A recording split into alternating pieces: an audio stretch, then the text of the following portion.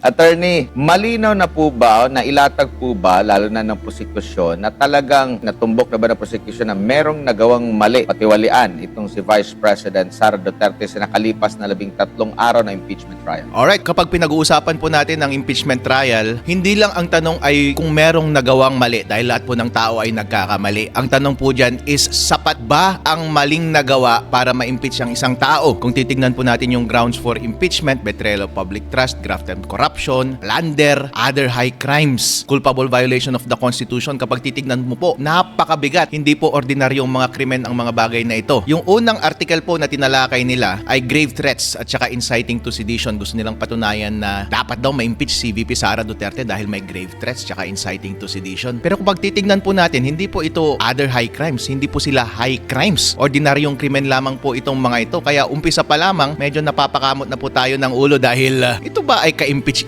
na offense? At pangalawa po, na-meet ba nila yung mga elements ng mga krimen na ito? Kasi kapag ang grave threats po ay sinasabi mo sa taong tinatakot mo o gumamit ka ng middleman para sabihin sa kanya yung threat. Ang ginawa lang naman ni VP Sara Duterte ay idineklara niya kung sakasakaling totoo yun, yung plano niyang mangyari kapag pinatay yung kanyang pagkatao. So may ibang taong nagtanong, so hindi siya nananakot. Ako din po, kapag tinanong niyo ako kung ano ang plano mo kapag sinuntok ka ng isang tao, sinaktan ka ng isang tao, kapag sinagot kita na gaganti rin ako, sasaktan ko siya, hindi ko tinatakot yung tao na yun. Dahil hindi ko naman siya sinabihan, sinagot ko lang naman ang tanong mo. Kung baga sa Revised Penal Code, pasok po lahat yan sa Revised Penal Code, yung grave threats at saka inciting to sedition, kailangan po ng criminal intent. May intent ka talaga dapat na takutin ng isang tao. Kapag sumagot ka lang ng isang tanong, hindi po yan intention na required ng batas. So, hindi na nga siya pasok sa Revised Penal Code, hindi pa siya pasok sa saligang batas para ma-impeach ang isang tao. Ganon din ng inciting to sedition, kasi ang inciting to sedition po ay inuudyok mo yung taong bayan, ini-invite mo yung taong bayan para saktan ng isang tao. Hindi niya naman in-invite ang taong bayan. At best, may in-invite lang siya na isang tao, nagantihan yung isang tao kapag napatay si VP Sara Duterte. So, kung baga, hindi po tayo perfect. Tao lang po tayo. Kapag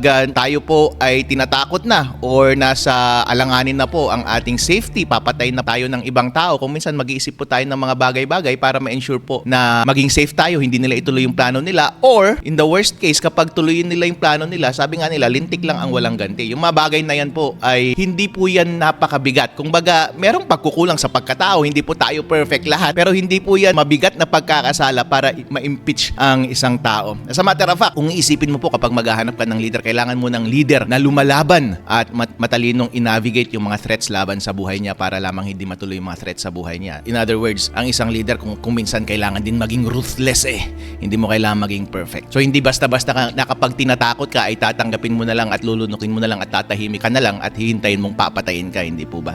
So given the context po, understandable and reasonable ang lahat ng ginawa ni VP Sara Duterte sa lahat ng instances na iyon at mas lalo na hindi dapat siya i-impeach sa mga ganong bagay. Pinapaseryoso lamang ni Matibag at mga ibang witness, akala mo napakabigat ng pagkakasala.